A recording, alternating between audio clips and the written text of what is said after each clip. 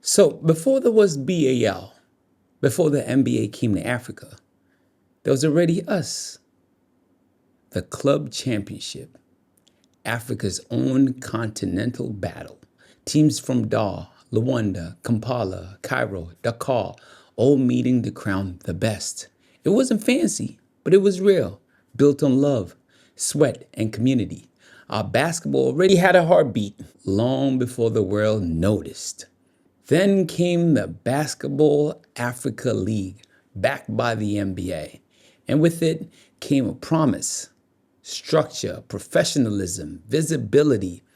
For the first time, our games were live on ESPN. Our players had agents, contracts, sponsorships. We believed this was it, the moment Africa could dream without leaving home. And for a while, it worked. The arenas were full, the stories powerful, the energy unmatched.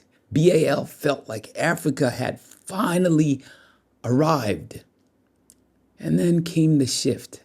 But now, there's a new headline, a quiet rumor turning into reality. The BAL could soon have only 12 permanent teams, 12 franchises owned by investors, playing every season. No qualifiers, no road to BAL, no surprises, no stained warriors, no Dar City, no Zone 5 dreams.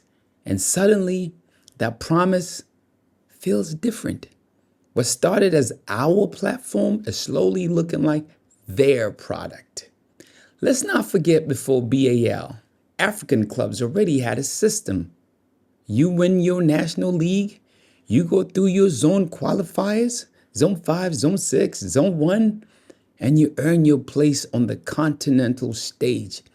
That structure gave meaning to every local game. It gave kids a dream to chase. Now imagine, you win your league in Tanzania, Uganda, Kenya, but there's no door anymore, no path beyond your borders. That's not progress, that's isolation. The money question. Some people say it's just business, more TV rights, more investors, more money. But we have to ask, for who? Because right now it's starting to look like a money pit for the NBA, a shiny exportable product, not a community engine for African basketball. And look at the rosters. Most BAL teams are full of foreign imports. Talented players, yes, but not our players. So whose development are we really funding? Ours or theirs? African basketball never needed saving. It needed support. The club championship was raw, but real. BAL was supposed to build on that, not erase it. It was supposed to empower local leagues, not make them irrelevant. If the BAL closes its doors to national champions, we lose the soul that made African basketball special.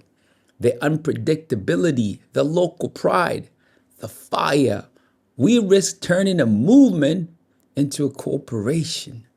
For us in Zone 5, this hits deep. We've built from nothing, from outdoor courts, borrowed balls, night practices under streetlights. We fought in qualifiers that felt like wars. We've carried our nations on our backs. And now someone wants to tell us the dream is over? No, we will not let that happen quietly. If BAL becomes closed, we will build again. We'll create our own leagues, our own cups, our own stories.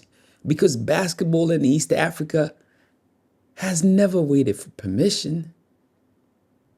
The BAL came with the promise. The promise must be kept. We don't fear professionalism. We welcome it.